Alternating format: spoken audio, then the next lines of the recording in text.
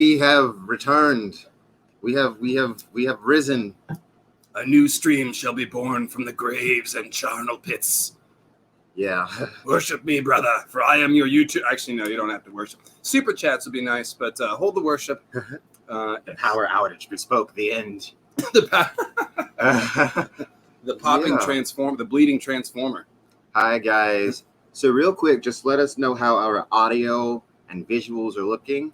And I'm pretty sure a bunch of you were here yesterday when we were doing our Q&A stream and the long night happened. The power on the whole block went out, just poof, less than an hour into the stream. I felt like it was going really good. And then just like darkness. Just getting warmed up. I feel like it was 5 minutes, man. We took like 2 questions and it was just pop. Yeah. And guys, the transformer pop, like we heard it outside the window. It was loud. There was an explosion. Yeah. There was a loud explosion. Yeah, it was. So there was some moon meteor action going on. Yeah. So it looks like we're sounding good. I'm seeing some friendly faces and familiar names here in the stream. Thank you, guys. How long did it take for the power to come back on? About an hour and a half, I'd say. Yeah, just long enough for all of our caffeine to like tail off and for us to be like, do you want to stream again? Oh, I'm too tired. We'll do it tomorrow. So here we are. And first order of business, guys, you did it. You did it. Yeah. Quinn topped the 50K mark for Tadia. Yeah. We've only got a few hours left and we're already over the 50K. So thank you everybody who joined yesterday and has joined throughout the campaign.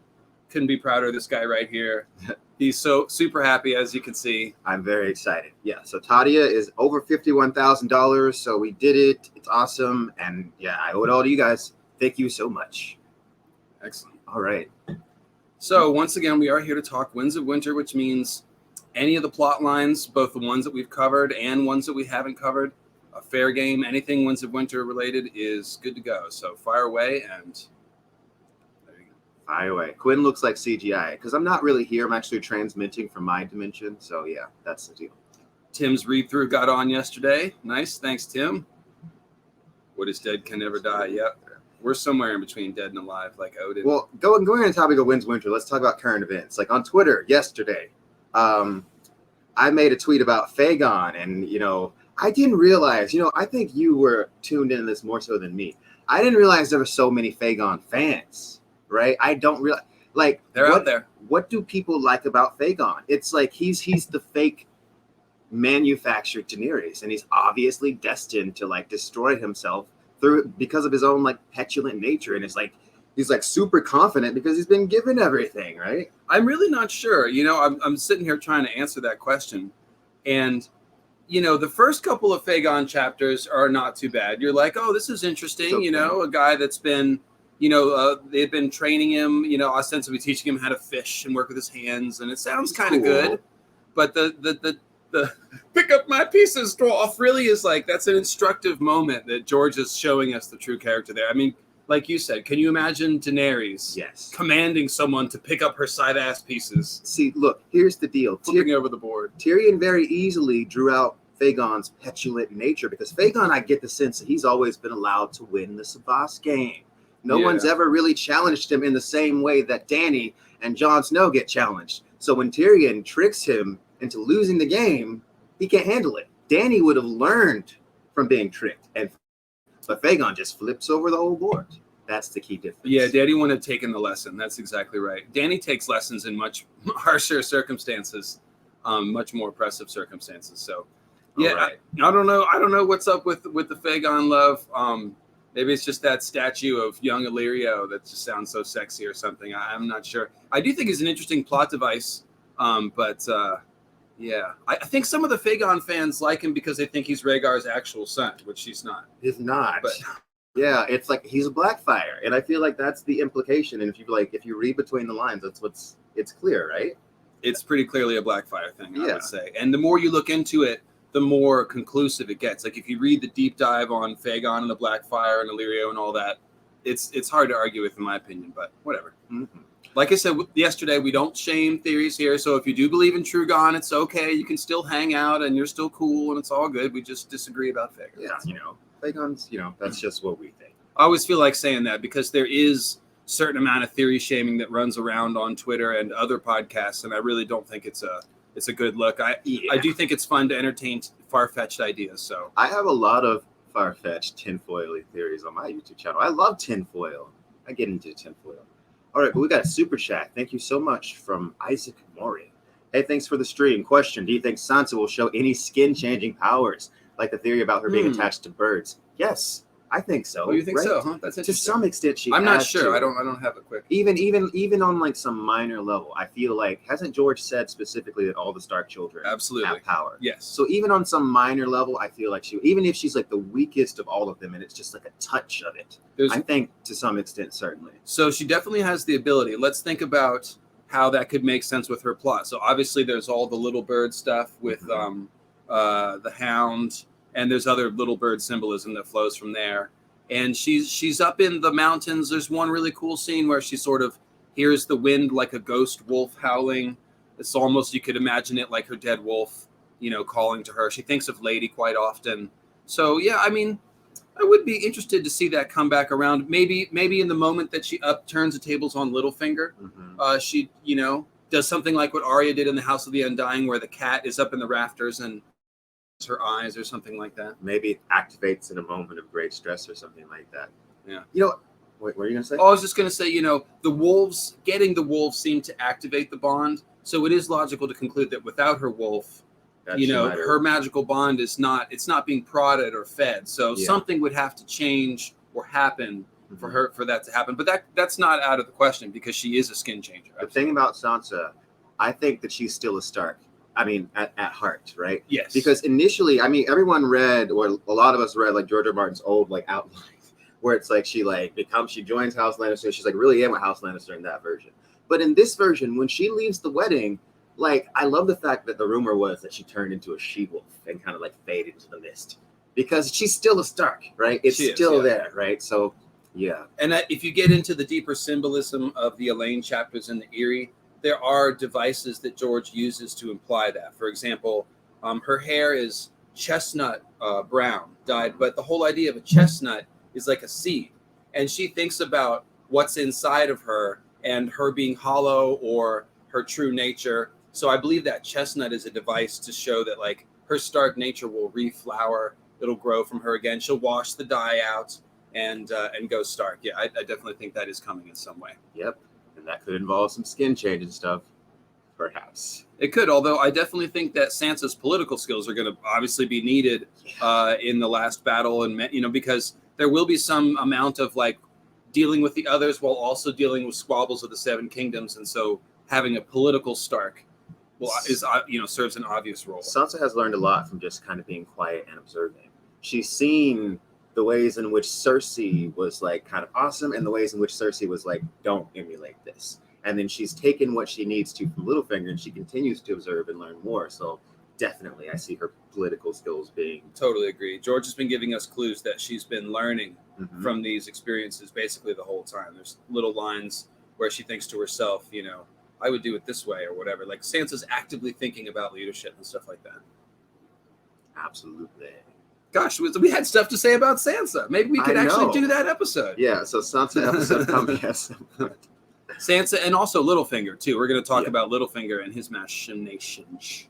His machinationships with all his royal pure subjects. Machinations. Let's see. Whoa. Let's see if you guys have any questions. Well, I wanted to talk about Melisandre. I brought that up yesterday, but didn't get to go into it. Right? So we were talking about what Melisandre does with Shireen and yada, yada, yada, what she's going to do involving other characters.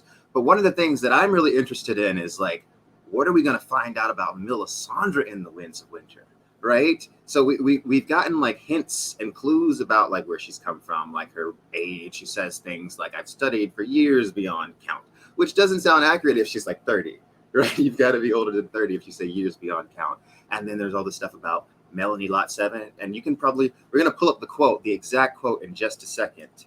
But yeah, so there's so much interesting stuff about Melisandre. She's Melisandre of Ashai, but the World of Ice and Fire tells us that there are no children in Ashai. So is she really from Ashai, or is there some bending of the truth?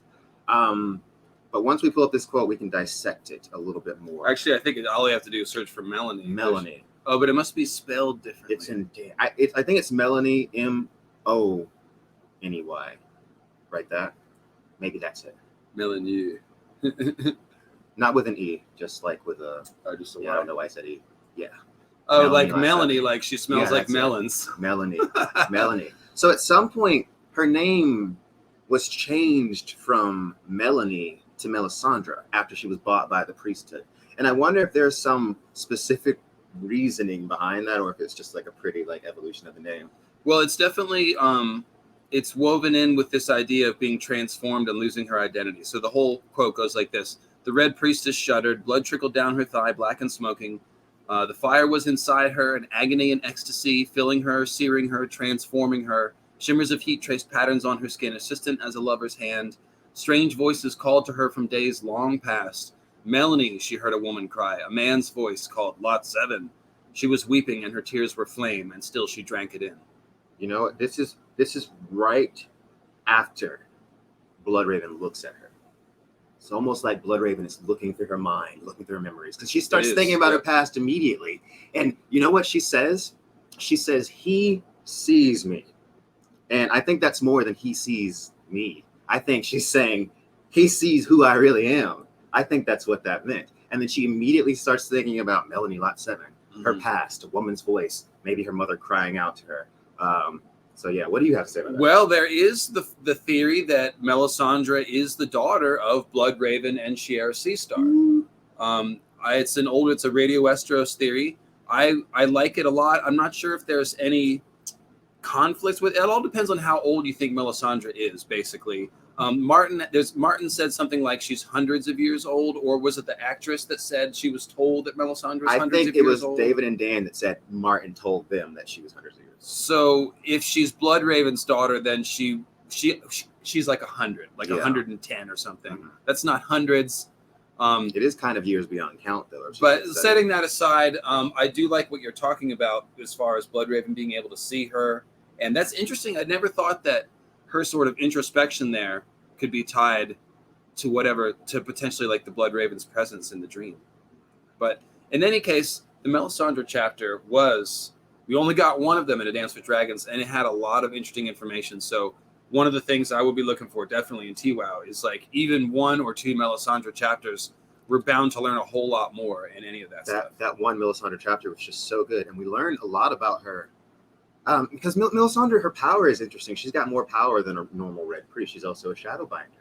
So she's spent time collecting magic from different places. So that shows me that she's not afraid to dive into other kinds of magic. So as we were talking about her potentially being transformed into like an ice queen or something, if she thought that whatever this weird magic was could save the world, then yeah, she would do it. She might climb onto a pyre. She might sacrifice other people. Obviously, she might transform herself in some fatal way. Any of those things are on the table. And as you said that, it's interesting because we don't know what Rhaegar's motives were and what he did, but it seems like prophecy had a lot to do with it.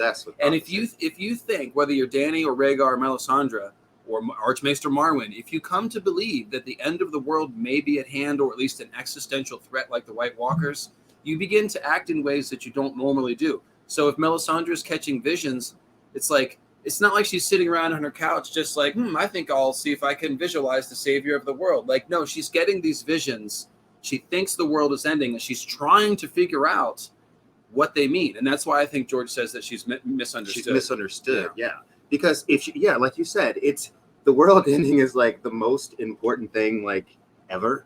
So she's bound to be willing to make some pretty big sacrifices. And even like when she's not sure, she's going out on a limb and guessing because like the moment is there and she has to do something. So it's happening no matter what. So we got a couple super chats that I'm going to go ahead and catch.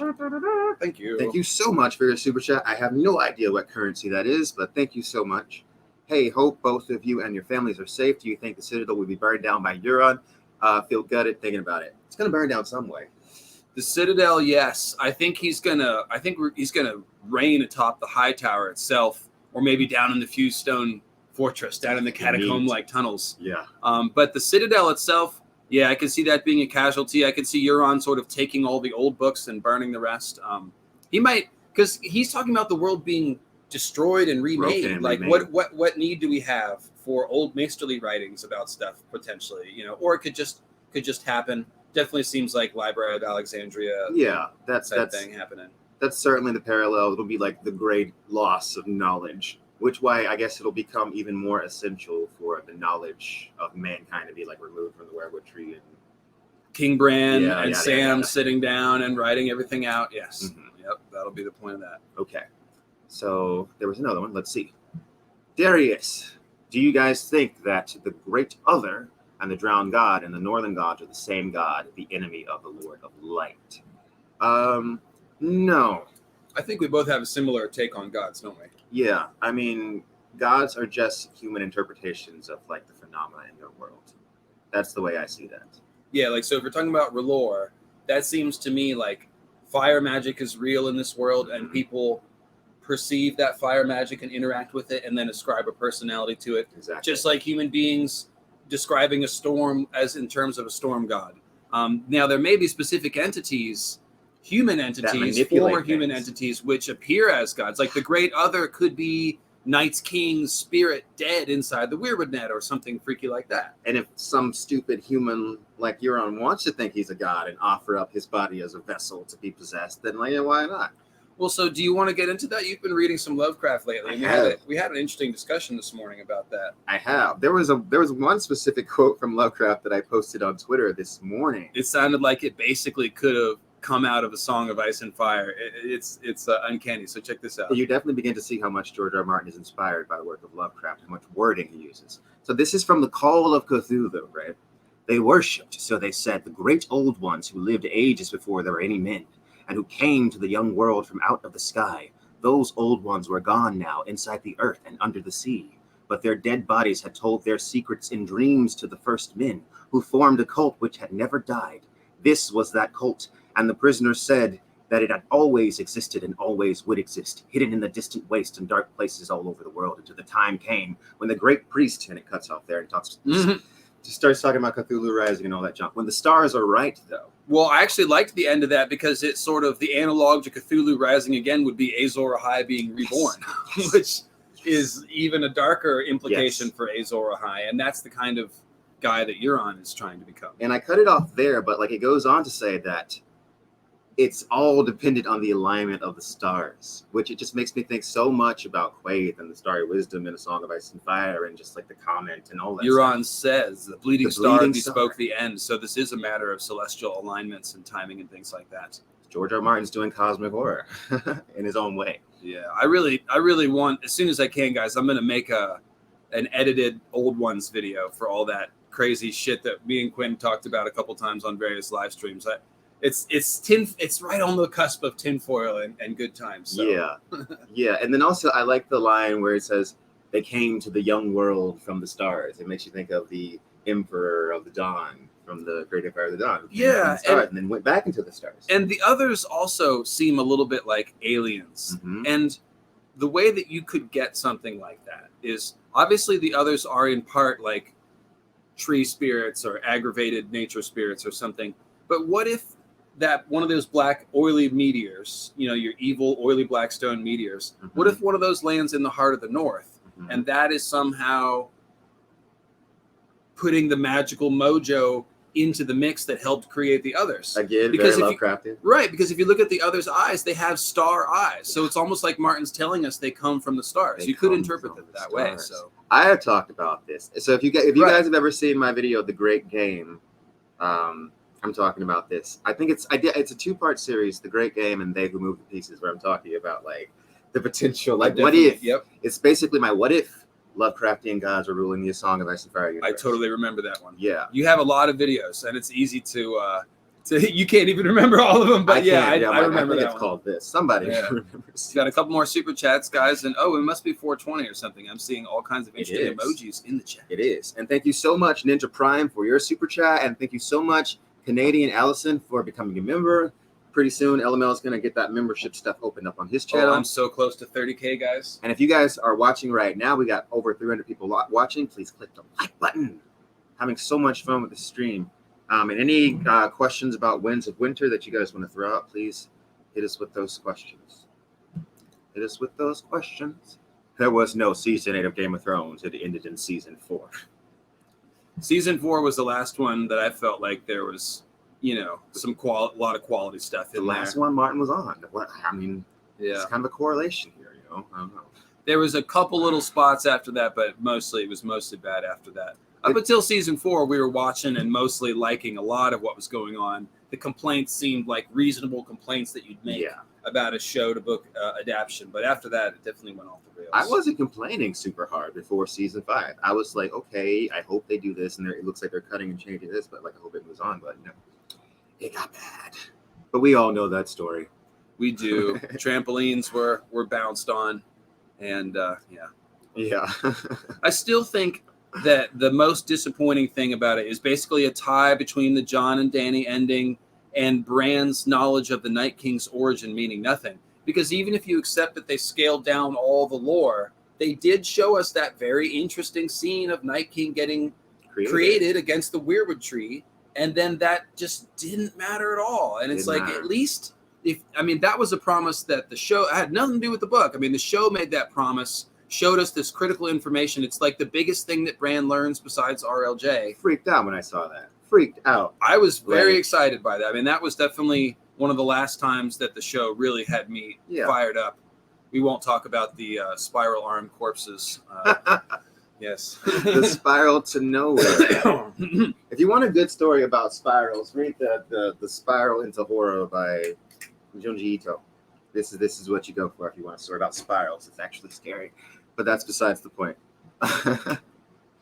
Let's see. Another super chat, Dank Moody. You're both amazing. Thank you for all the content. Thank you guys for watching and being here with us. And, can't do it without you.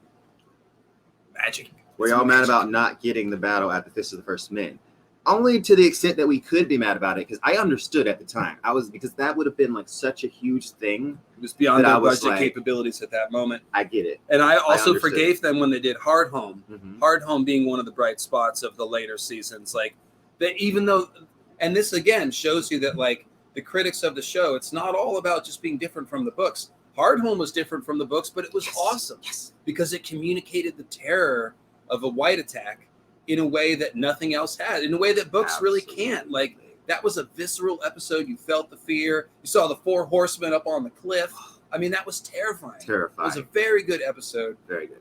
Possibly the best one if you want to talk about like the action side, the magic side of it. So, and I always say that like, first, like comparing the show to the book, when Dany is in Astapor, I think the way that goes down in the show is a little bit superior to the book, not because of anything wrong with George R. Martin's writing, but because if you're watching the show for the first time, you don't know necessarily that Dany can understand everything this guy's saying, right? And where in the book, you're very much in her head all the time. That's true. The joke is played on the viewer instead of just Krasnitz. It's a much more dramatic moment when she turns around and says, "A dragon is not a slave."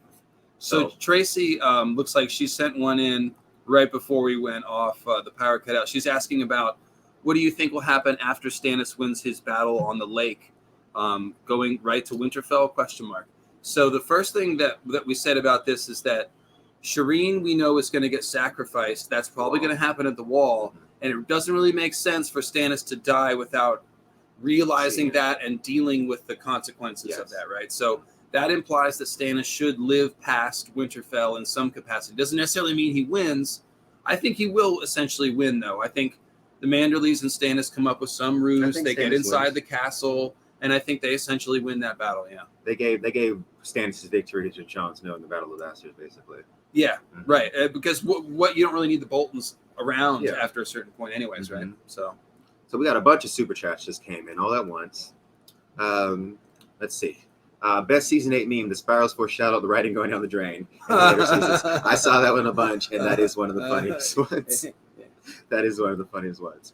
Can you guys please talk about the Hound and or what Bran will be doing in Winds, which side he'll be on when winter hits, and you love Junji Ito. Yeah, that's great horror for anybody that's interested.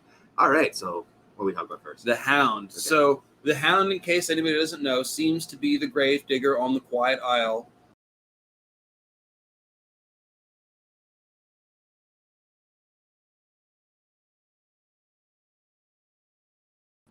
And we're back. That wasn't power going out. Nope, we're good. Everyone is scared, though.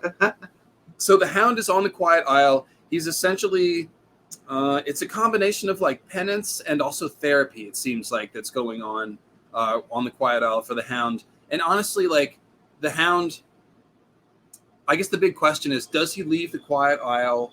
Is there a Clegane Bowl type thing, or is Hound actually mostly done in the story? I think that is the Hound's ending.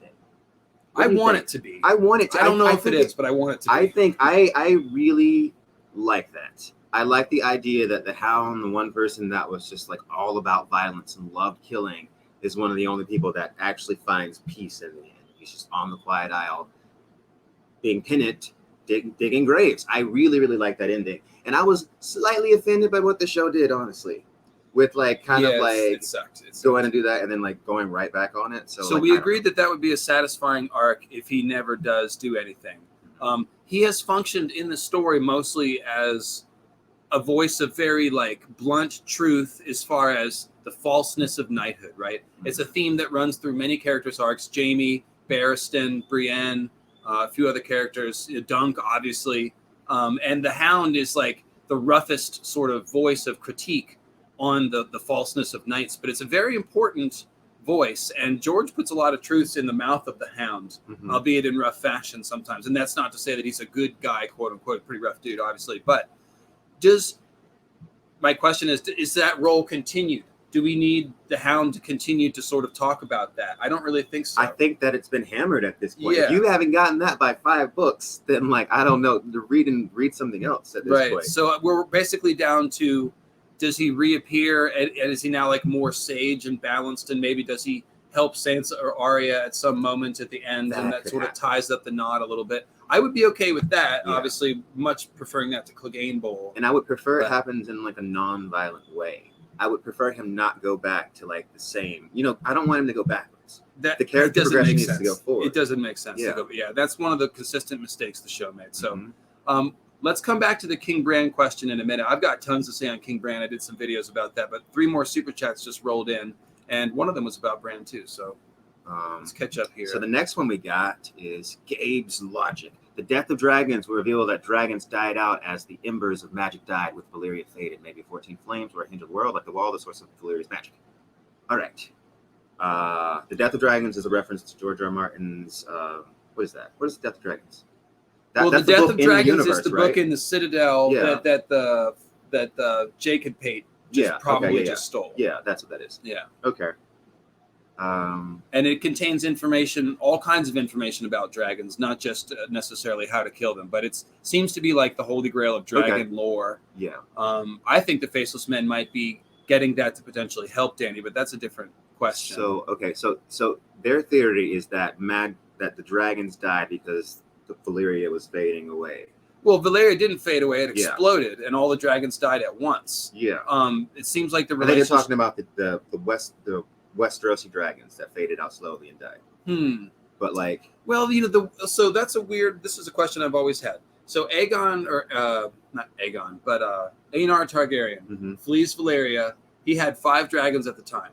100 years later, when Aegon conquers Westeros, they only have 3 dragons. One of which is of those 5. That's Balerion. And Vhagar and Meraxes were born on Dragonstone. Yes. So not a lot of dragons were being born on Dragonstone during that 100 years. But then 100 years later, by the time of Jaehaerys' peak of his reign, right before the dance, there's like 20-some dragons. So actually, once the Targaryens came to Westeros and sat on the Iron Throne, it was basically like a dragon explosion. And I actually wonder if that's not intentional, or if it could just be George needing more dragons, and so he wrote more dragons. But I was wondering if he's implying that, like, Westeros, the magical continent, inspired more dragon fertility or something. But that's pretty tinfoil. So I really wouldn't know. Like I kind of buy into the idea that the Maesters had something to do with the death of dragons, just because that just seems like, why would McCordle say that if he didn't have like a real reason? There's some amount of truth, and then there's even more like evidence. Like, I mean, you think about how much damage the Maesters could actually do if they wanted to, because they're everywhere. You know what I mean? And they're controlling the flow of information. Well, I do like the general Northern conspiracy theory, having to do with Rickard and all that. So yeah, and I definitely think that anything Marwyn says is basically true-ish. So I definitely think they had a hand. And then, of course, in the actual Targaryen Civil War, the High Towers are right in the middle of all of it. And about the 14 flames being a source of magic, like a hinge of the world. As far as like sources of magic in the Song of Ice and Fire, the way I think about sources of magic, I think it's all like from essentially the same place. I think it all comes Princess 2020. I think that magic all comes from essentially the same place, and everyone is using different arts to draw on it in different ways. Agree. Just anything else in the world, there's a million different ways to do everything to create results, and there's different ways to do magic. Yeah, and we covered some of that in the Wall stream over on my Lucifer Means Lightbringer channel. It's called The Wall. Don't miss that one. We just did that last week. And yes, I would think the 14 flames would definitely be a hinge of the world. That makes a ton of sense. Whatever that means. Right. Like if that because I wonder about that too. Like the wall's a hinge of the world, maybe. Does something become that way, or is it a natural magical hotspot? Yeah. Is it a place where like magic kind of just leaks into from some other place? Like something like that? Yeah, because it seems like the 14 flames themselves were sources of fire magic that the Valyrians harnessed, not just volcanoes. Yes. It's like raw essence of magic. So it makes sense that Heart of Winter, the Shy by the Shadow, these places are probably all natural magical hotspots. It's a very fantasy friendly idea. So next super chat, read it. Descobra says, if Stannis lives and Jon comes back and RLJ is true and revealed, would Stannis bend the knee to Jon? Yeah, I think Stannis is a fan of technicality, so he would be kind of like, well, okay, I guess so.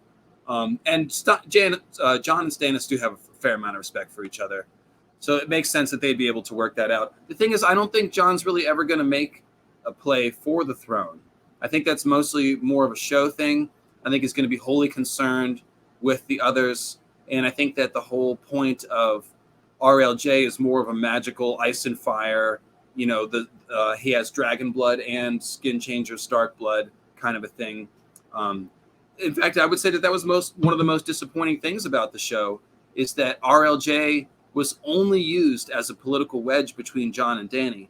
And I think that Jon and Dany are going to be more like, if you think about it, they're both Targaryens alone in the world.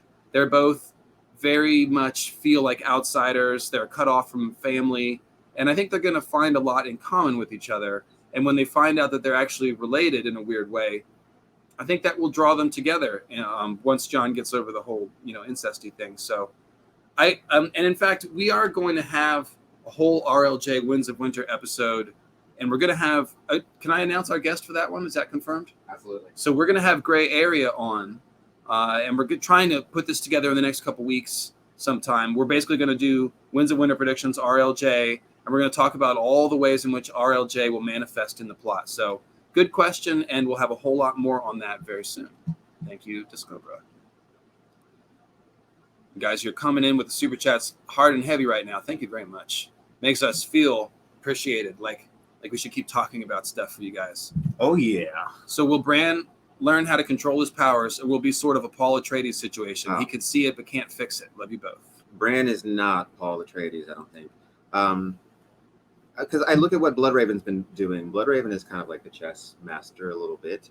We don't know to what extent he's been moving all the pieces. But yeah, Bran will learn to control his powers. Bran is a lot more powerful than Bloodraven, I think. In fact, Bran is probably...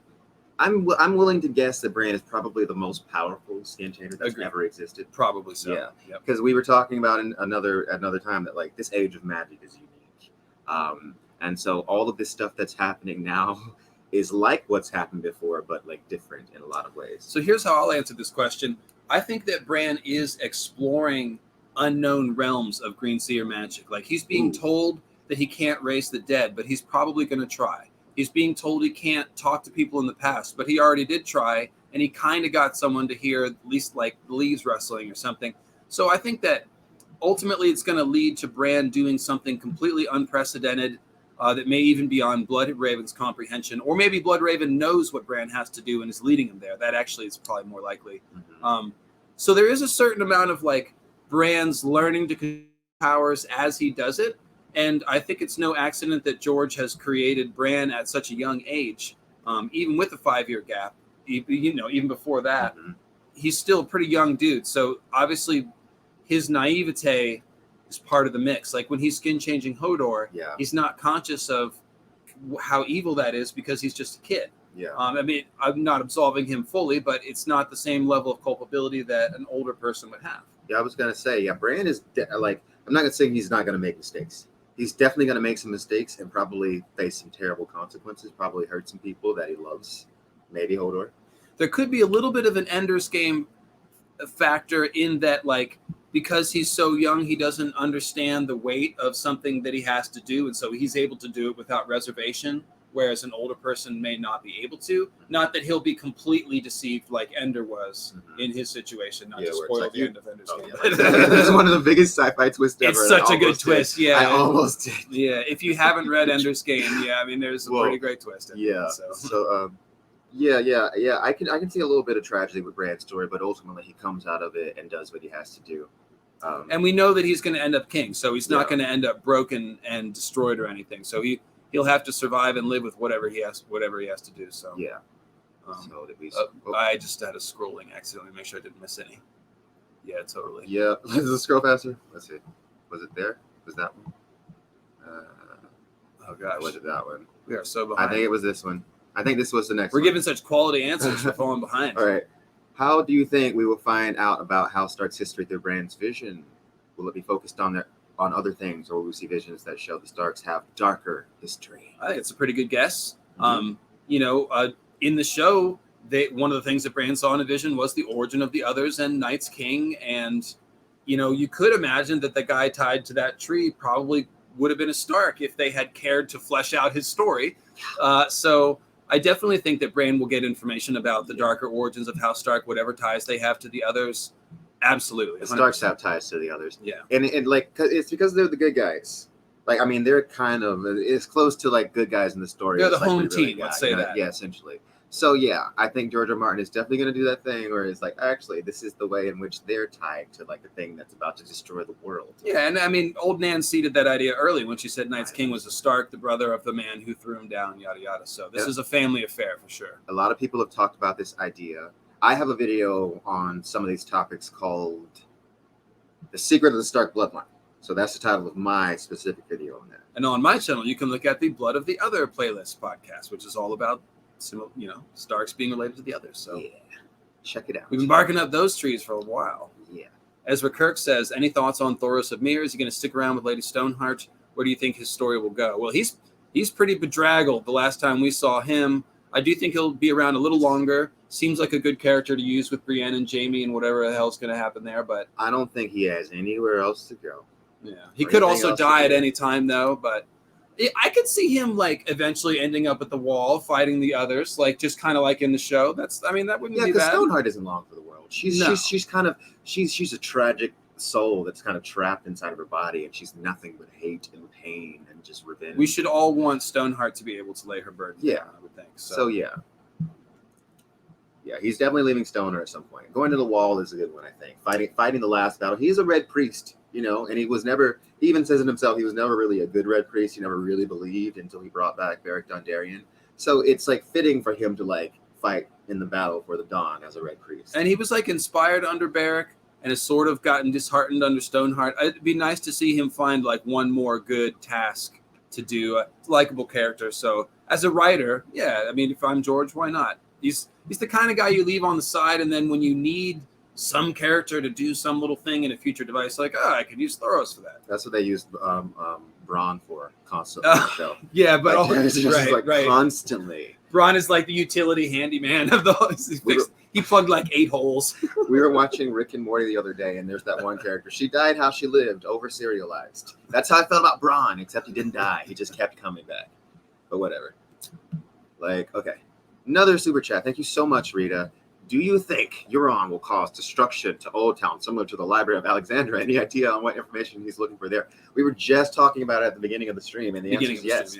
Yeah, the answer is yes, we do. We think the Citadel, lots of Old Town will probably suffer. However, I do think Euron will plant his ass up top the High Tower and perhaps launch his invasion of Westeros from there, or even call himself King of Westeros from Old Town. That would make a lot of sense. Many kings have been crowned in Old Town. Obviously, nobody sat on a throne there, but they always go there to be crowned. So it's the other place besides King's Landing from which you could claim that. And as far as information in Old Town, Euron is trying to complete some kind of ritual that is going to create, as I like to say, some kind of apotheosis, or at least he thinks it'll start some kind of apotheosis for himself and transform him to like some kind of godhood, elevate him to godhood. If the High Tower were revealed as a hinge of the world, no one would be surprised. Yeah. It's built on top of the fused stone fortress. Why did the Great Empire of the Dawn build the fused stone fortress there? Yeah. Perhaps because it was a hinge of the world already. Exactly. That could be like the place that he needs to go to activate it, or there could be like hidden knowledge at the bottom of the citadel that he needs to get to, or just a little bit. Yeah, so Rita, here's what I'm really looking for and predicting in Winds of Winter is a chapter with Euron strolling through those black tunnels in the fused stone fortress, just like looking for stuff. Yeah. And like spouting off about the greatness of his reign or something to Euron is drug along behind. That's what I see. Victorian, you mean? Or Victorian, Victorian is drug along. Okay. Oh, we get behind on super chats again. Oh gosh. Oh god. Okay. Yeah, there's a lot of them. Thanks, guys, so much. And also, I just updated the link with the PayPal link as well for you guys that want to donate that way, and that is the best way to get donations to us because it's not taxed. Particularly larger donations. Larger donations, yeah, mostly. But thank you guys for everything. The super All right, chats are speed great. round. Let's go. Fresh Cakes. Thoughts on winter being used mostly as forgotten reference to ancient ice dragon, Horn of Winter, winter is coming. When's winter? I don't agree, but I think that is cool. I think winter is coming. It's just a reference to winter being hard. It's what they say because people die in the winter. Old people walk out into the woods and just die so the young people can eat. So yeah. There's hard. a specific somebody that's written a theory that's kind of along these lines. I know what you're talking about. I'll say this. I do think there is a chance we could see an actual ice dragon, not just a whited dragon, but an actual ice dragon. It's possible. I agree. All right. Next. Thank you so much for a super chat. All right, Dream Chaser. Do you think Asha has truly betrayed Theon based on the latest Winds chapter, where Asha's character is going plot? Where is Asha's character going plot-wise? What do you think about that? In what way would Asha have betrayed Theon? Yeah. I'm not even sure what that's. So the last thing we saw in the Winds of Winter chapter is that she's basically urging Stannis to execute him by the heart tree instead of burning him alive, which is a lot less painful. So that's more, she could just be trying to get a less painful death. She could also be trying to buy time for Theon. Yeah. For something else to happen, maybe. But I see that leading to definitely Theon like talking to Bran or something like that. Yeah, no, clearly Theon's going to end up near that weird tree and something cool is going to happen for sure. We talked about that a little bit in the Battle of Ice. We've considered doing a Theon episode, maybe if we get through everything else. That we didn't do a lot of Theon stuff, and he is an interesting character. So, thank you so much for your super chat. Oh god, it did that thing where it refreshes. Yeah, it jumps around on us, guys. Okay, there it goes. It was Gabe next. Gabeslogic. If I had a nickel for every time Dragonlord Ruins left a magical blight, I'd have two nickels. Which isn't a lot, but it's weird that it happened twice. So right, if the Great Empire of the Dawn, Ashai Dragonlord theory is in any way close to the mark, then you have some long night disaster emanating from Ashai, leaving a blighted wasteland. Then obviously the other one is Valyria. So yeah, will there be a third dragon explode? Will Dragonstone end up a ruin, or King's Landing, or where's Summerhall? Summerhall. Oh yeah, I wonder what the ruins of Summerhall are like. That's actually that's probably what they were talking about. I'm the one who brought the Great So Ashai would be the third one, because Summerhall was another one. Yeah, like we need to have somebody walk through Summerhall or something and be like, what's going on in this place? And actually, if I could just go a little Moons of Ice and Fire real quick, there's two moons in the sky. There once was a second moon. It's the one that exploded in the past. It seems that those moons were ice and fire moons, literally magical moons governing ice and fire magic. The one that blew up in the past is the fire moon. And so every time you see a home of dragons place, whether it's Valyria, Ashai, or the dragon pit at King's Landing, for example, they are always exploded. And when you see places that mimic an ice moon place, they're not exploded yet. So you have the Temple of the Moon Singers, the Sept of the Snows, the Sept of Baelor. All these places have not exploded yet. The wall is an ice moon symbol, but all the ice moon symbols show foreshadowing of exploding. So that is coming. There's a second moon disaster coming. Lots of places are going to blow up like the Sept of Baelor. But if you look at all the home of dragons, you're going to see that moon explosion destruction symbolism. The dragon pit is one of the best ones, Quinn, because the dragon pit is a dome and it's cracked by a dragon that's flying up, bonking its head against the dome like it was literally trying to hatch out of the egg. Yeah. And then once it collapses, the whole dragon pit wears a crown of fire, and it's tremendous. So that is pretty amazing. Yeah. Symbolism, baby. All right. Next super chat. Canadian Alison, hope Bloodraven felt like a tool. Bran can do what he wants. The student is set to outsmart the master there, I think. But we'll see. It's open question as to what Bloodraven's true agenda is. I tend to trust Bloodraven, but not everybody does. I don't fully trust him. I definitely think there is some deception, but to what extent, I don't know. It's the kind of deception that you do when you simply can't tell a 9-year-old the whole truth yet, I think. But we'll see. That is true. Let's see. Pat Reese, thank you so much for your super chat. How literally will archetypal prophecies play out? Will there be an actual stabbing, or will Azor Ahai play out in a more strictly symbolic manner? I like the symbolic angle, I think. Yeah. I don't like the idea of someone getting stabbed through the chest. No, there's a couple of interesting ways in which a stabbing could happen that wouldn't be like crappy, like the TV show. Like maybe somebody's magically under the thrall of the others, and a flaming sword sets their soul free at the very end or something. But I don't tend to think that. I definitely don't think like it's just a matter of, well, Jon's going to stab Dany to make Lightbringer and then save the day. Like I don't think that's coming. No. I do think more meteors are coming though. Meteors, baby. All right, guys. So we got about 500 people watching. Please hit the like button if you've been enjoying the stream so far. And guys, there's only a few hours left to get Tadia. There's like how many hours? Like eight or 9 hours. We're over like 51,000. Link in the description. So please check it out. It's my graphic novel.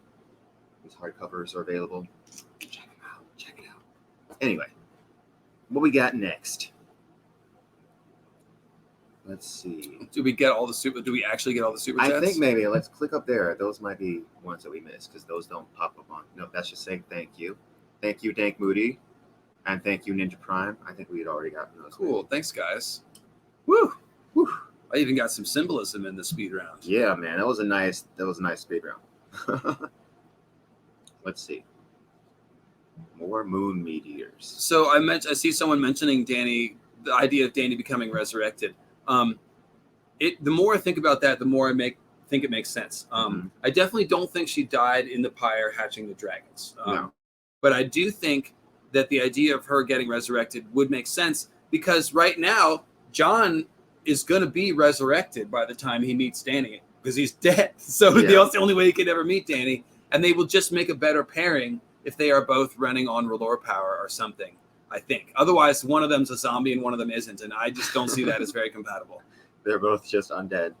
Okay. I don't know if I think Dany is going to be resurrected or not. I don't know. We'll just have to There's a few places it could happen. Obviously, they're going by Volantis, where there's plenty of red priests. And red priests could even turn up in Marine. Once she gets to Westeros, obviously, there's multiple chances. I think it would make the most sense like towards the very, very end. But we'll see. Alexander says, why are Fire White smart and the Ice ones stupid? I think because it's like... Good question. I mean, like, the Ice Whites are being controlled.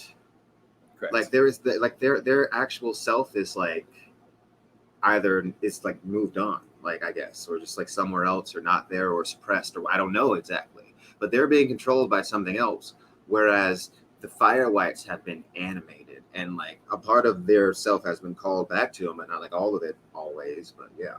And I think that the Ice Whites also have a part of the self in there, but they are not in control, whereas that is not the case with the Fire Whites. Because essentially, the whiting magic reads very like a corrupted skin changer magic. You could definitely imagine the others or the animating force in the Heart of Winter that's raising the whites as essentially the dead form of skin changing. Because, like you said, the whites aren't in control. They're being remotely piloted. They're being autopiloted. By some other entity, some other consciousness, some force. Somebody with ice chains running on autopilot. I guess so. I'm trying to make the reference here. Okay, super chat. Thank you so much, HippieCarGuy. What do you all think of the oily stone? Always winter. We were just talking about that too, weren't we? Yeah, I think there's two. I think the Heart of Winter is going to be a thing that we're going to see, and that it's going to be important. And there's two. It's either going to be like some corrupted, frozen weirwood tree, or an oily black stone, or both. And yes, I flipped my lid in the show when we saw black stone obelisks around a weirwood tree. Something like that would actually make a lot of sense to me. So other places, the Isle of Faces, could be that all those weirwood trees are somehow like neutralizing or containing the corrupt magic so that Westeros doesn't look like a shy. Oh, yeah. Yeah.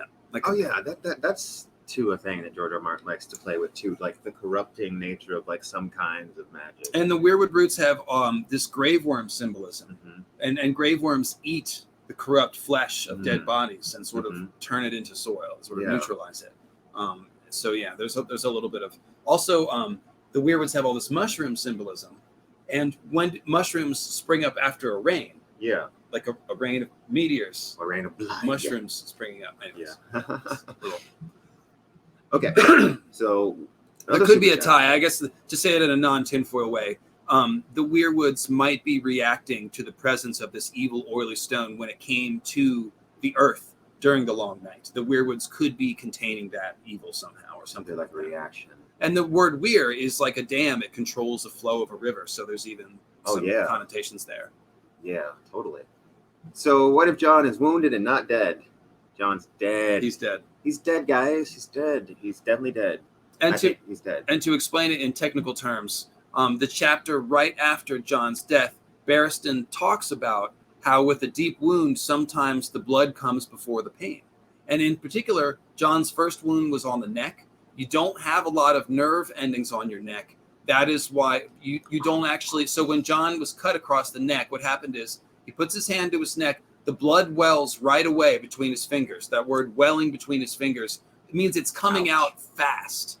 And it felt like a scratch to him because there's not a lot of nerve endings there, and it's cold, and he's full of adrenaline. So essentially, even though he didn't felt like a scratch, the blood flow tells us that's a jugular wound. And sure enough, 60 seconds later, he's losing feeling in his hands. So he's definitely dead. Also, from a narrative point of view, like it doesn't make sense for him not to be dead. So he's dead. Yeah, I agree. I concur. But thank you so much for your super chat, Johnny. Loves steel balls. PD Derek, what's up? Summer, great census, saw a flying serpent which breathed flame. Hodor made enough noise to wake dragons. Charred man in yard. Really? No dragon? There's also rumors of a dragon sleeping below the castle that makes the hot springs hot. And there's rumors that a dragon left a dragon egg in the crypt. So there's actually a ton of clues about sleeping dragons in Winterfell. And that's all about Jon Snow. Dragons in Winterfell, baby. But if you want a longer answer, check out, I believe it's in the Blood of the Other series. I talk about all the fire and dragon symbolism at Winterfell and what it means. Claudia says, Jon might be between life and death. Who knows? What do you think this is? Dark? No, I'm kidding. Go back to Dark, Claudia. No, I'm kidding. There's a character in a show named Dark named Claudia, in case you know what I'm talking about. Yeah. Okay. Let's see. Someone's up. God, this chat moves. So I hate the way the chat on StreamYard jumps. It's a little like, jumpy, yeah. That's why I have the pop-out chat open, too. So aggravating. Can never hold on to anything. D. Art says, I want Quinn to scratch my neck. It's weird. I literally, so someone's asking if I still think Azor Ahai created the others. I literally put out a video about that within the last month. So probably I still think that, yes. Let's see.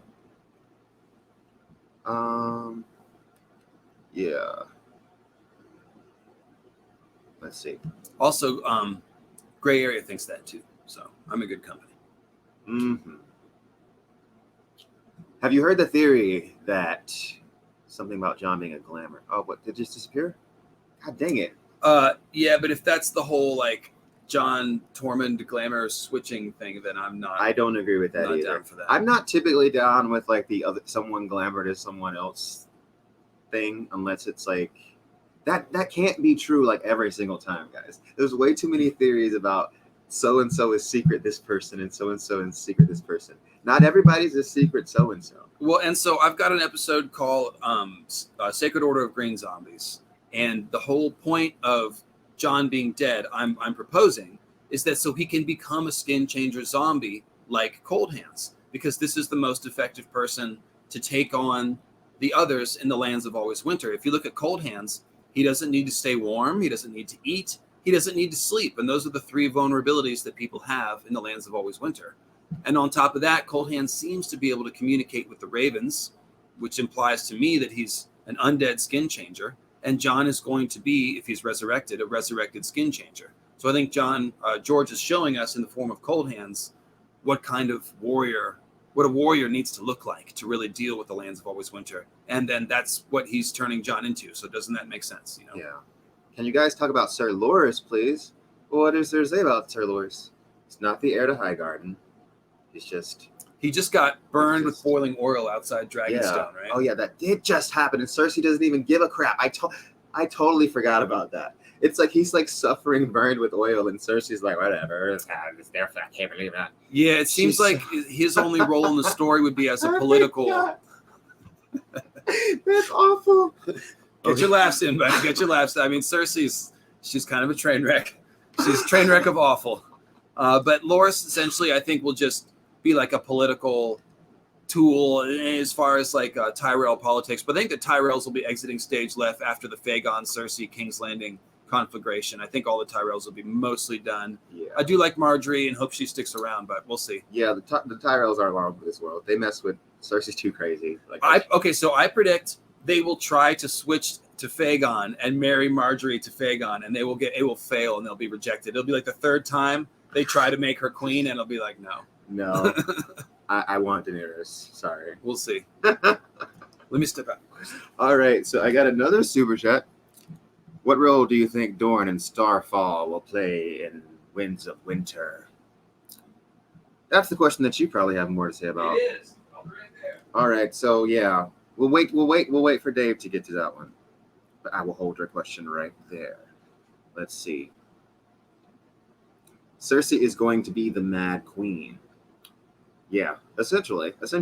I think we were talking about at some point on a stream that like that scene at the end of Dance with Her and Kevin, I think, is indicative of the Cersei that we're going to see from now on. The kind of cold and calculating Cersei that like is not quite. She's not showing people how crazy she is always. She's a little bit more reserved, and she's learned from giving too much of herself away initially, which makes her more dangerous. Right, so I'm curious to see what a more dangerous Cersei is like, a Cersei that is more like Tywin. Because she always said that she's like Tywin in a few ways, but she just does not have that sardonic sense where she's like looking inward and like examining herself and being like, hey, what am I doing wrong and how can I improve? I leave for 2 seconds and you're quoting Dune or referencing Dune. Well, sorry, sardonic and whatever. No, I love that one. It's a great one.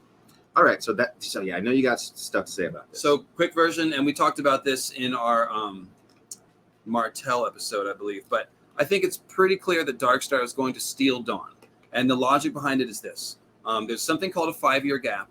Before George Martin released A Feast for Crows, he planned on skipping 5 years between Storm of Swords and the next book and aging up the characters by 5 years. It didn't work as a writing thing. So Feast for Crows then starts right after Storm of Swords.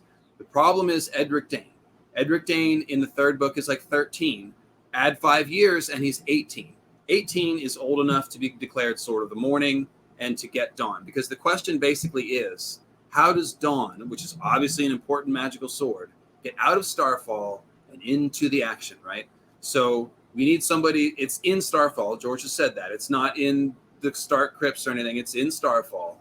So the original plan seems like 18-year-old Edric Dane, Sword of the Morning, wields the Dawn for a little bit and then probably dies because he's not a very important character. He's not going to be the hero at the last battle. Eventually gets in the hand of Jon or Daenerys or somebody important. Then, without the 5-year gap, we got Darkstar, who now he's an older Dane, but he's not the kind of guy that's going to be named Sword of the Morning because he's a dastardly fellow. He's got no respect. His reputation is shit.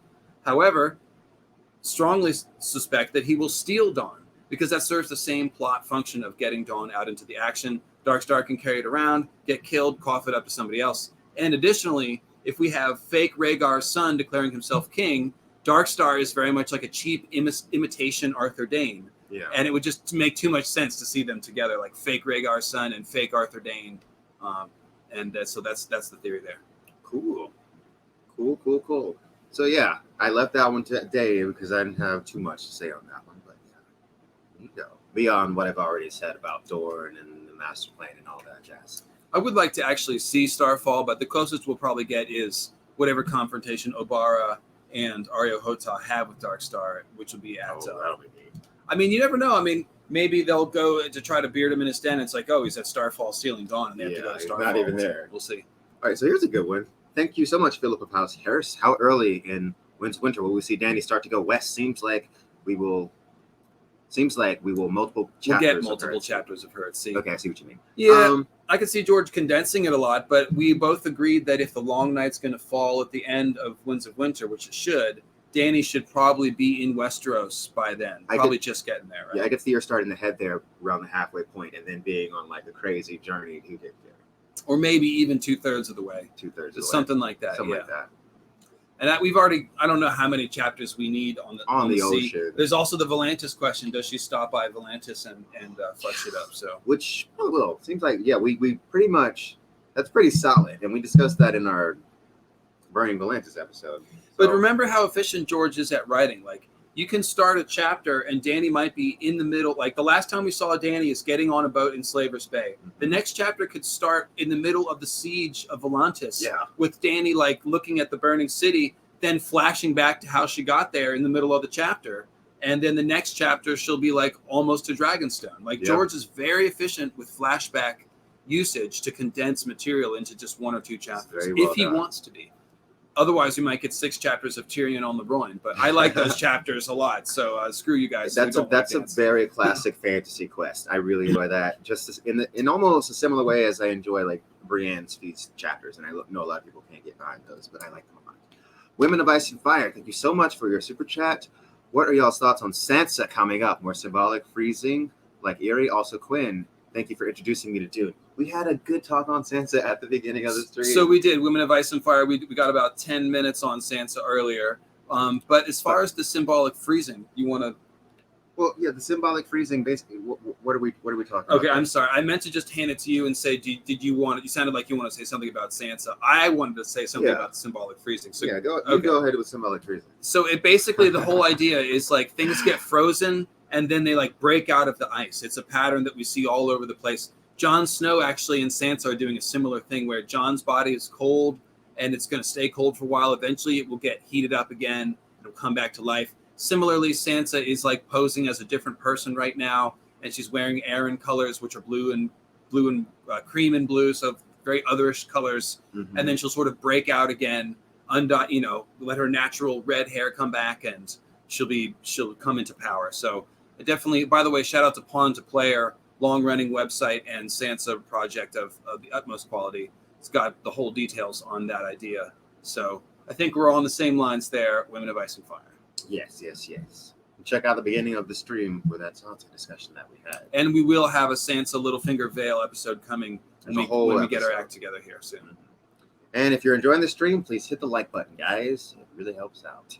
Next, Johnny Loves Steel Balls. Was Dany really a killer, or was Arya...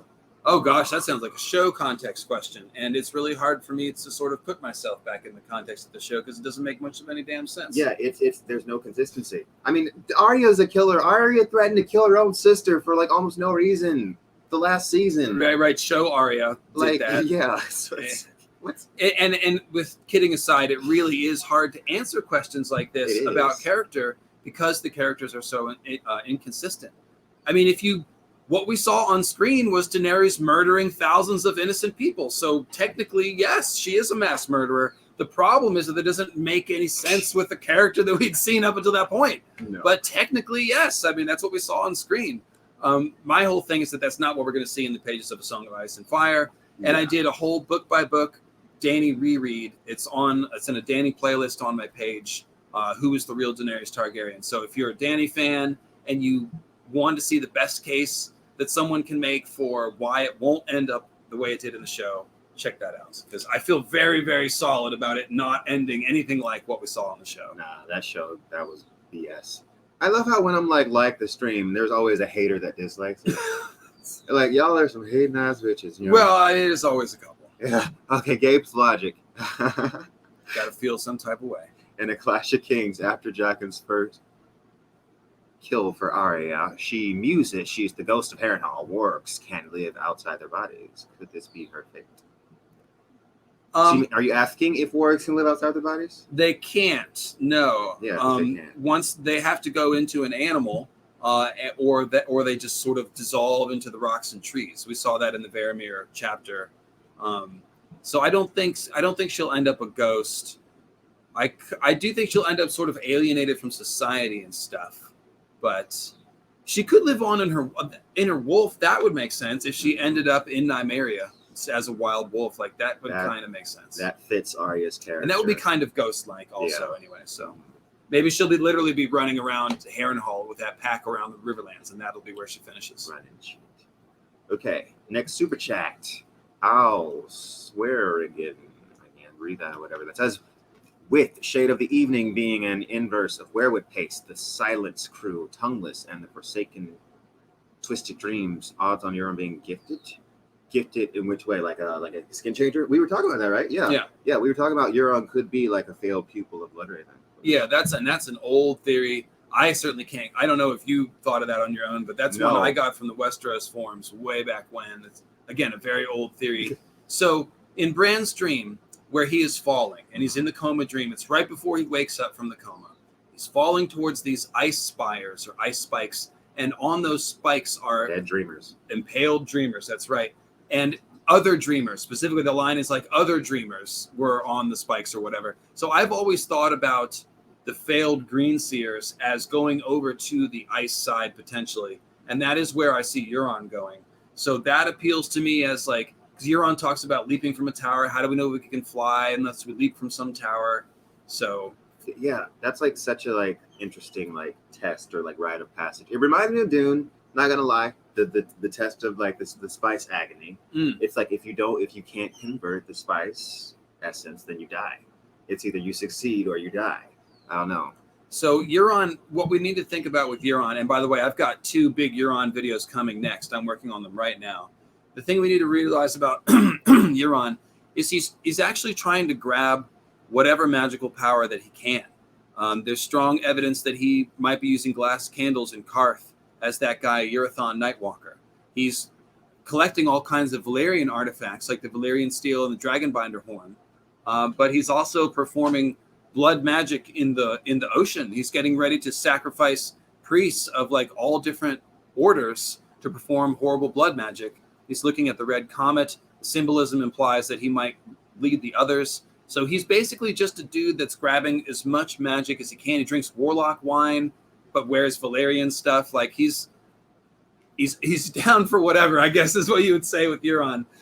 So does he have green seer abilities? It wouldn't surprise me at all, but he doesn't necessarily need them to become Lord of the Apocalypse. Yeah. I don't think you need to be like have innate magical abilities to gather magical skill in the A Song of Ice and Fire universe. Like, does Melisandre have just innate magic power? No, it's like the result of like the skills that she's learned and like the rites that she's done and the spells that she's done to like give herself that power, right? So Euron could have power that same way, not necessarily be gifted. Yeah, it doesn't have to be born in, no. Mm-hmm. So somebody super chatted to talk trash at me about N plus L equals J. Really? I guess we got to read it. They paid for it. So okay. Talon Power, you go ahead. I don't have time to talk about N plus A equals J. Just the wall. But then I'm going to talk about random movies and TV shows for 5 minutes, and 10 minutes later, well, it's my show, so I get to talk about what I want to. But yeah, guys. The thing about N plus A equals J is to really do a good debunking of the theory. It does take time. You have to make notes. You have to go through RLJ and do a bunch of timelines and stuff. I have read other people do a much better job of that than I could ever even do, so I don't really feel the need to do it. I'm sold on RLJ, and I don't see a strong case for N plus A equals J. I'm sorry, but I don't. So when I say I don't have time to talk about it, it means I don't choose to spend my time talking about it because I don't think it's worth talking about. That's my take on it. And again, if you like the theory, still got love for you, but I don't find parentage theories interesting at all. I mean, I don't talk about any parentage theories. I'm symbolism and mythology guy. That's what I do. So, all right. So there we go. All right. Thank you so much for your super chat, Jasmine P. Didn't say anything, but thank you for the super chat. And I think we're almost caught up. Oh, was there one above that? Yep. Another one from Jasmine P. Thank you so much. Do you think Old Nan will appear again? Wasn't she taken prisoner when Ramsay sacked Winterfell? She was taken to the Dreadfort. I'd like to believe that she is not just going to disappear off the screen, but I mean, she's an old lady. Got skills. Like, let her take care of the kids. She can tell them stories and junk. That's what she should be doing. Yeah, she should be like taking care of the other prisoners and making sure they take heart or something. I don't know. We'll see. She's like, you better prepare because it's gonna get worse. The long night is coming. She's just making it worse. Like, oh man, Jesus Christ, man. Don't you have any happy stories? Right. You need to stop shaking the table. Yeah, stop shaking the table. Okay, HippieCarGuy. Would you all like to see the series as an animated show, kind of like Castlevania? Yes, I've been saying this for like 5 years. Yes. Definitely. Yes. That would be awesome. Yes. And the graphic novel, the comic series seems to be getting better and better as it goes, really. Yeah. So definitely could see something like that. It works as in animated form, is what I'm saying. All right, now let's talk about movies and TV for 10 minutes. Yeah, we need like a animated Hobbit, Lord of the Rings style. Like, do it in the 70s style and give us like really corny like music and stuff. No. Oh, sorry. I don't like that. That wouldn't work for a Song of Ice and Fire. No, it wouldn't. I just wanted to express my love for the Hobbit movie. I do like that. I do. I have seen that animated movie. Yeah. It's not the. I would rather watch that any day over the Peter Jackson Hobbit trilogy, whatever that's supposed to be. Yeah, the Lord of the Rings movies were like okay to me, and the Hobbit ones were really bad. I prefer the animated version of either. But I'm a really big fan of the Lord of the Rings movie, so you know. Well, I mean, they were mostly pretty good, but just like the last half hour of the last movie was when is it ending? There's like 3 different endings. It's like, okay, now who would not die. Wait, now it's ending. I mostly like the Lord of the Rings movies. I do. I mostly like them. Oh God. I think maybe The Hobbit is the taste in my mouth because I made myself watch the 3rd Hobbit movie finally, like not too long ago. And I think that's what I'm now conferring my distaste for The Hobbit backwards onto Lord of the Rings. Possibly. Yeah, I mean, it looks like a cartoon itself. Like the action is like. I recant my hair scene. Weren't there just like 9 scenes with somebody like hanging off a cliff and they get rescued in the nick of time? It's like they just wore it out or something. But sorry, I'll be quiet. I recant my hair scene. Lord of the Rings is great. Yeah. Hey, Theon, unquiet. Got puppy noises in here.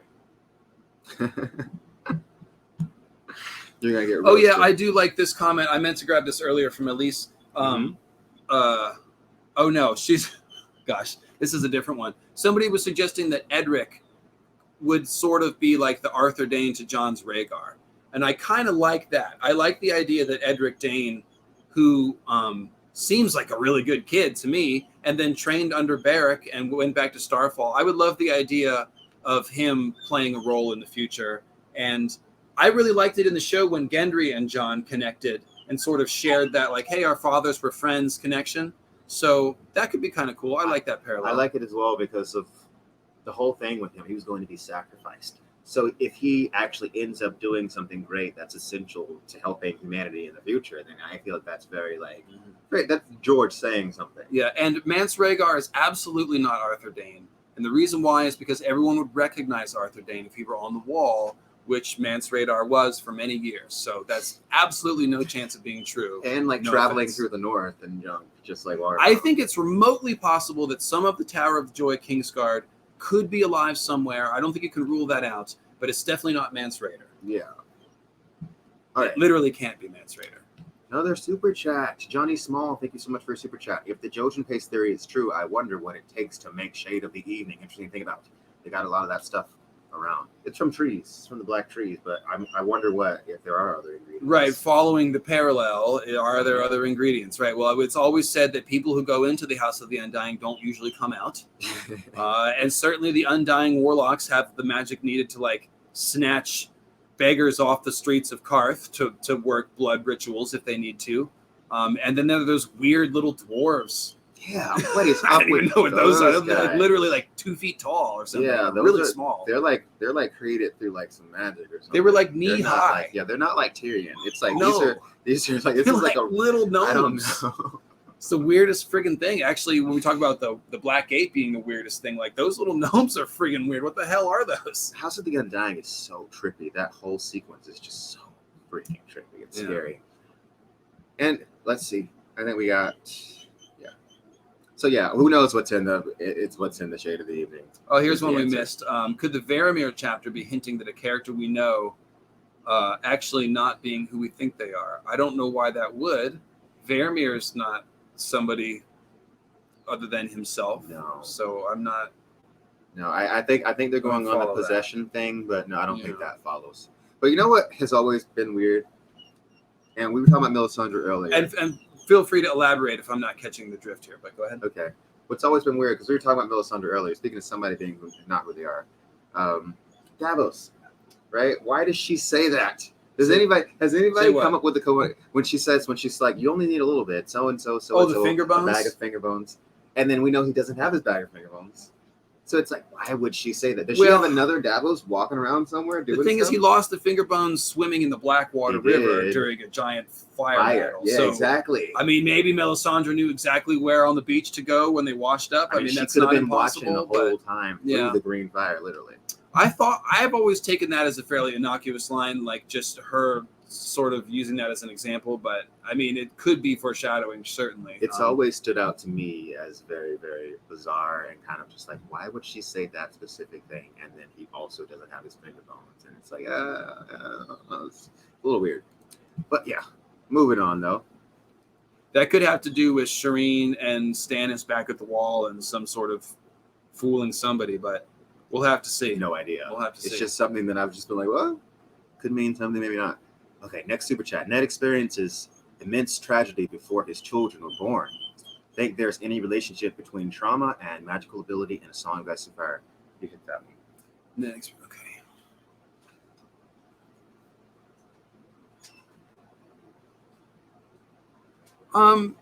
I have not thought about that question before. I do think that magical abilities are directly awakened under stress. Like, for example, Bran opens his third eye for the first time when he's down in the crypts. It's all dark. And I think that, Jon reaches out for Ghost the first time in a moment of duress when they're in the Frost Fangs. So I definitely think it's implied. And that's a common idea with shamanic magic and magical practices in the real world.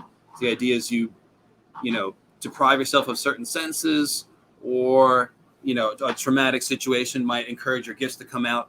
But I'm not sure that Ned undergoing trauma would then pass on to the kids as far as them being skin changers. I don't really see that as being direct. No, their magic is...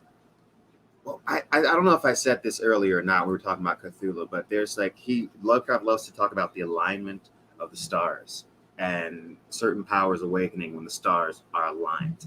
Like he says that the great old ones, they had the power to travel between worlds. Oh yeah, Jojen Gabeslogic points out, I'm sorry to interrupt, Jojen gets his power specifically when he's sick. Mm-hmm. So that is a principle, but that's a direct, Jojen gets sick and then his powers awake. But I'm sorry, you were saying something about the stars, so I interrupted you. Yeah. I'm sorry. They had the power to travel between worlds when the stars were right and properly aligned, but when the stars weren't right, they were dead or bound. So I think the reason that the Stark children have power, going down to the very base level of it, is because magic is returning and it's time for them. I agree with that. Yeah. Okay. So otherwise, it's just too weird to have 6 wargs all of a sudden. Mm-hmm. All right. Next.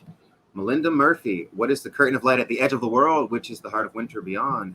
How do light avoiding others pass through it? I think that's just a reference to the sun on the horizon. Right? It's the Aurora Borealis. Or is that what it is? Yeah. The curtain of light at the end of the world? Absolutely. Okay. Yeah.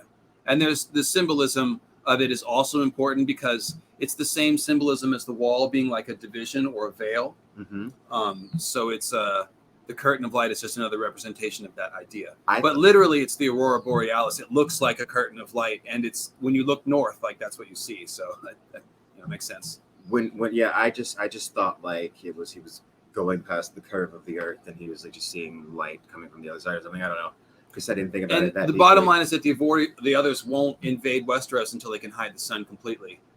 Mm-hmm. That seems to be clear. Yeah. Okay. Next super chat. Thank you so much. What book will be released first, Winds of Winter or Doors of Stone? Have you read Stormlight Archives? I've dipped my toes into Brandon Sanderson. and I've read all of Patrick Rothfuss's King Killer Chronicle books. Honestly, I don't think Patrick Rothfuss is going to release Doors of Stone until George R. R. Martin releases Winds of Winter. I think he's like, if George doesn't release his, I'm not releasing mine. I don't know. He's on book number 3, and George has already released 5, so I think Rothfuss should like. Okay. So that earlier question about Varamir, they're asking if Varamir had been able to successfully do that. Does that imply that somebody else could be Someone jumped from another body? Well, I mean, that's like bolt-on theory, which is cool, but kind of far-fetched and tinfoily, but still interesting. That Roose Bolton is an immortal skin changer who's been body snatching the body of his children for decades, after, generation after generation. But I mean, who else would it be? Bloodraven. Well, so Bloodraven isn't Bloodraven. Yeah. Somebody else. He would be like the soul of the Green Seer, child of the forest that was there previously. Yeah, well, I mean, he is partially. We already know. I mean, even if he is ostensibly Bloodraven, he's only part Bloodraven anyway, since half merged with the. But I think I'm wondering if this person is thinking of a more specific thing, like, is there another character that we haven't thought hard enough about that's actually like a skin changer whose body snatched somebody? But I just don't know who that would be. Okay. I think that Hodor, there's going to be more Hodor Bran stuff coming, and that Bran inside of Hodor is going to do some serious battling at some point.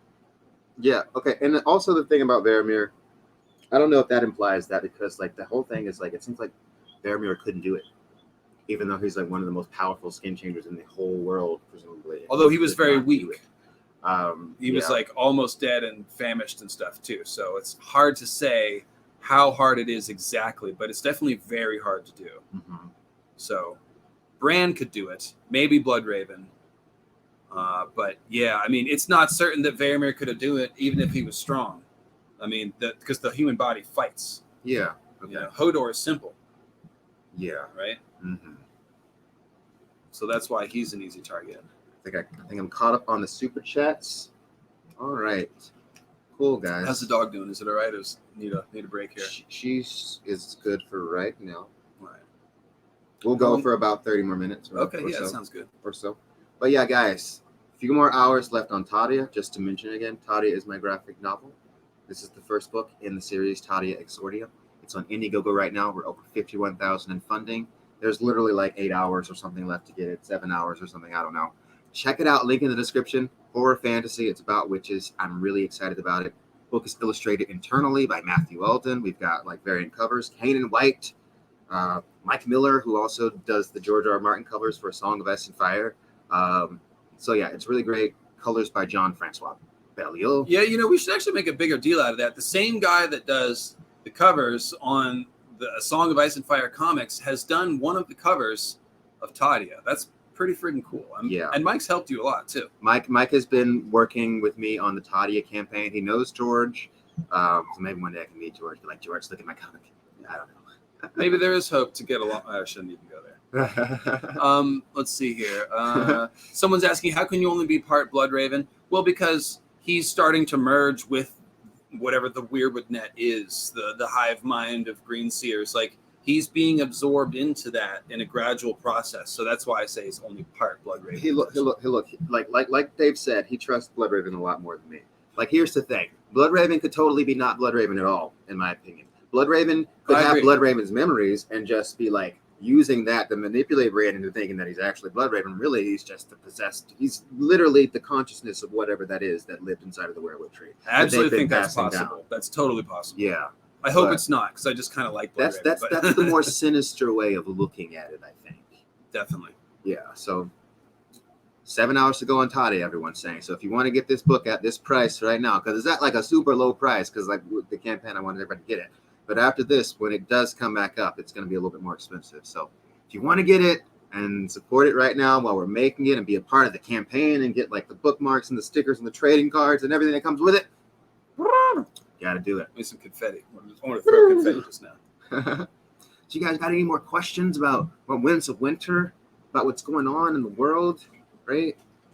Also, I'm not as familiar with Dunk and Egg, but it's interesting also, right, that with Glamours, Bloodraven pretends to be someone else as well. Yes, Bloodraven definitely does. And we've seen Melisandre use the glamour with Mance. So it's not like it's, I mean, it is a plot device. Yeah. It's just one of those things where, like, you can't go crazy with, like, time travel or Glamours or people that are supposed to be dead and really aren't. Like, if you just have too much of that stuff, it loses its meaning. It becomes...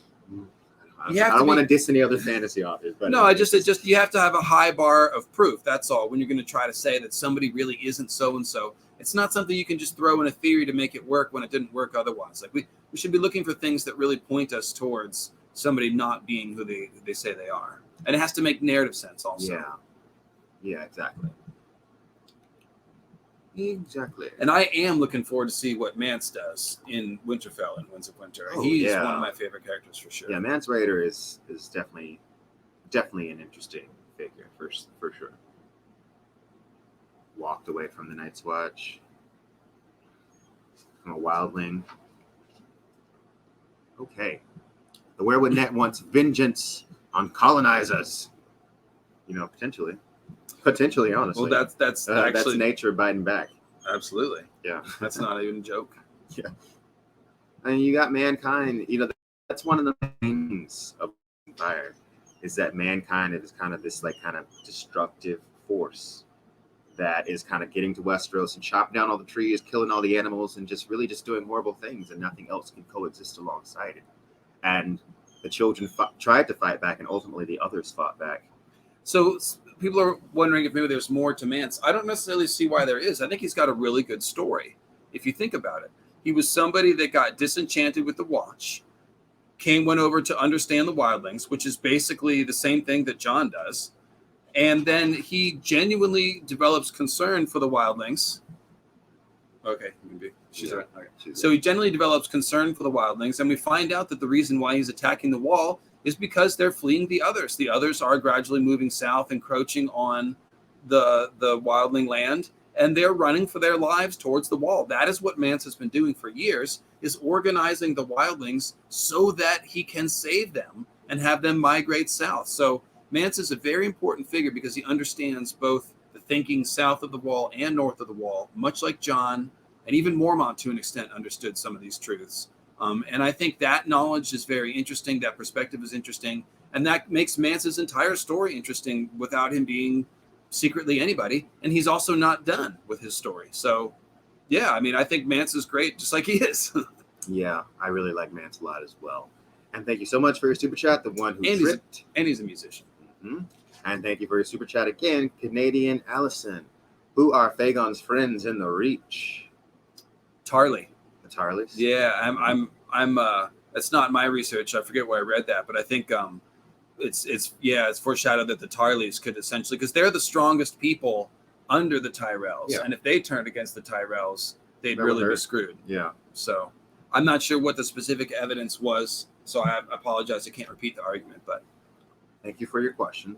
And we're going to find out soon. It's going to be involved in that whole Storm's End because Mace Tyrell was the one sent to Storm's End to fight Fagon. So if there's somebody in Mace's ranks who's going to flip, it's going to happen right there at that battle. So we should find out real soon.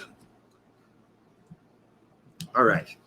Gabeslogic, thank you as well for the super chats that you've sent in today. I agree that Ice Whites aren't mindless, rather thralls. I see a parallel between them and the Unsullied.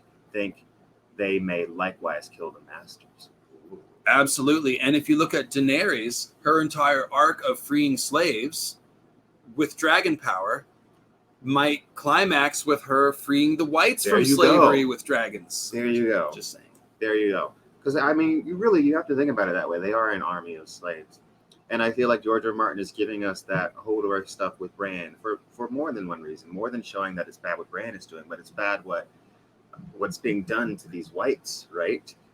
So yeah, the death is better. And let's go into this a little bit. I'm actually going to do a whole video about this, but so the when Dany frees the Unsullied, the night before she does it, she has that dream of being on Dragonback and fighting the Battle of the Trident as Rhaegar, except for that her enemies are armored in ice. So it's basically a dream of fighting the others on a dragon and then she wakes up and frees the Unsullied from their masters. So again, you put those together, and you have Dany defeating the others and freeing the whites from slavery. And also, if you look at the House of the Undying parallel the others, and they're trying to possess Dany, like they've probably possessed other people. And what did Dany and Drogon do? They set him on fire. So a lot of foreshadowing for that kind of stuff. There you go. Yeah. Good stuff. Mm-hmm. All right, guys. So we are winding down here. So just throw in some more questions. Last call, as I like to say. Last call. Wasn't quite 30 minutes, but we do got to like run and get some errands taken care of. My name is Fagon. My name is Fagon. I'm really not real.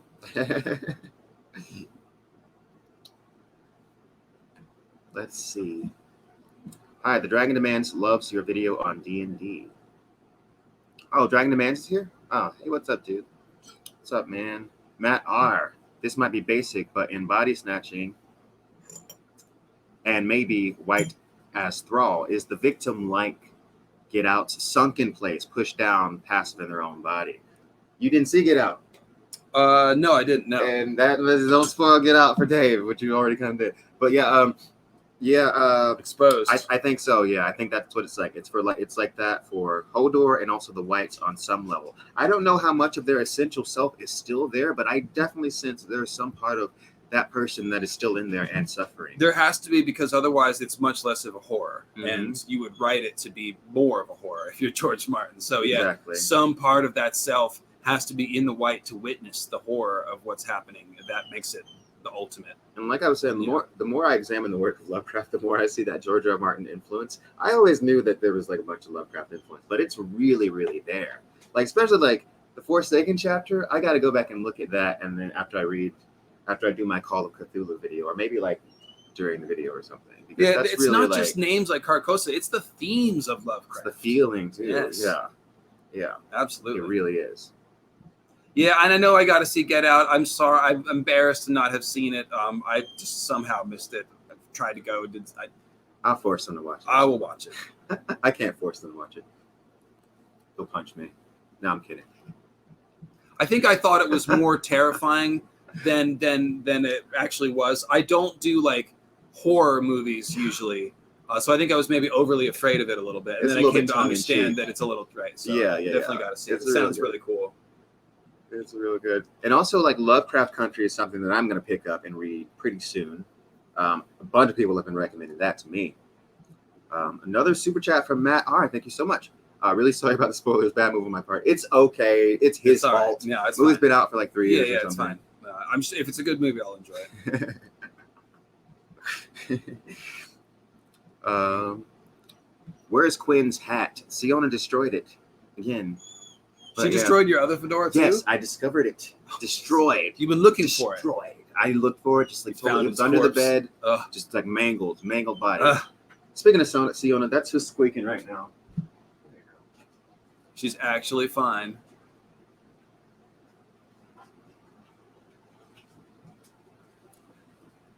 No, I really don't. I'm a sensitive soul. I can't do too much horror or any sort of physical torture or anything like that. I can't. The images, they stay in my brain and mess with me and stuff. And there's a dog. I'll be quiet. There's the cuteness. There's the cuteness.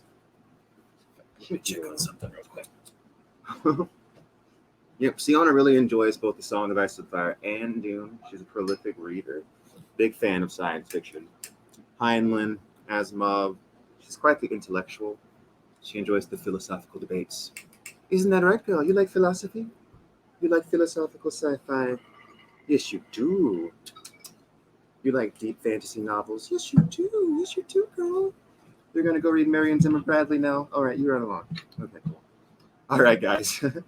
I'm going to just take her over here, and we're going to get ready to end the stream and get out of here. Thank you guys so much for watching. Make sure you like the stream.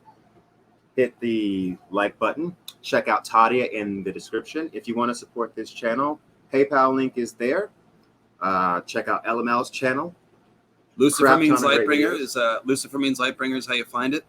And like I said, I've got some Euron videos coming. My last few have been about the others.